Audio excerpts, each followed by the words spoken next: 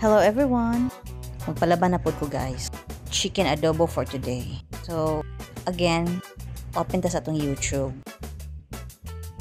So here are the ingredients. So we have the garlic, onion, dahon ng laurel. Instead of vinegar, I use the limoncito and the pepper seed.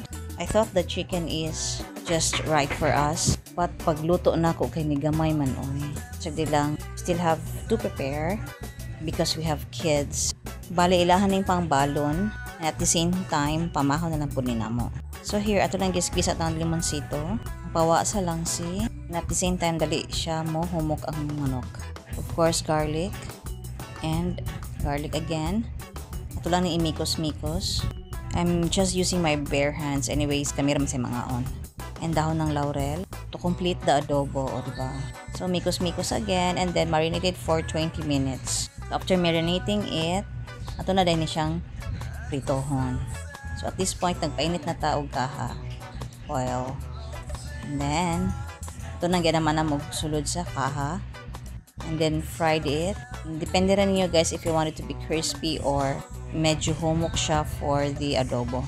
For me, good, ganahan ko og crispy. And sigurista kay ko, kay ganahan ko na kana maluto gid siya.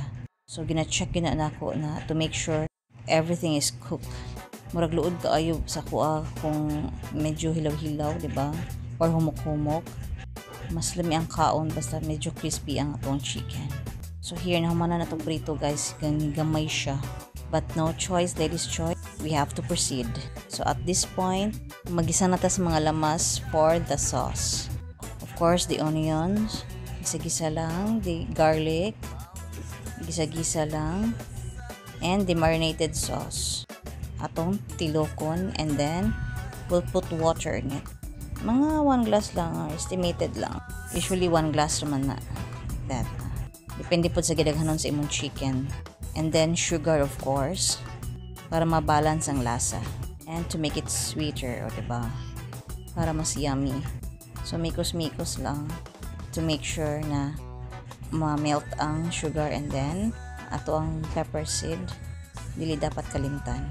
So, bring it to boil and then put the chicken, o diba? Ato nang gipasawang chicken. Ito na siya i-cook until na mulapot ang sabaw. So, simmer it. Make sure na ang sabaw maglapot-lapot na siya. So, mas lami siya, o diba? And good news, no? The kids love it. Sophie told me na she likes her lunch. Kaya yummy daw ang chicken. Lunch is yummy and good. Haha, that was Sophie. Ni-share yun siya guys na yummy ang yahang lunch. Wa siya kapugong. Mga pinugos na katawa.